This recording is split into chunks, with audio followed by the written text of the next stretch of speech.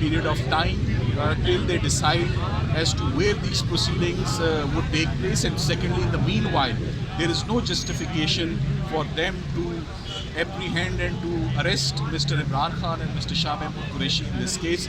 They should instantly release him on bail, especially after observing that the police is not interested and the police has refused to implement the clear-cut directions and orders of Islamabad High Court. It is unfortunate.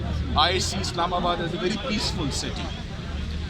There is no information, there is no terror or threat alert in the city, and this communication is without any justification that there are terror threats and Mr. Imran Khan cannot be produced in court.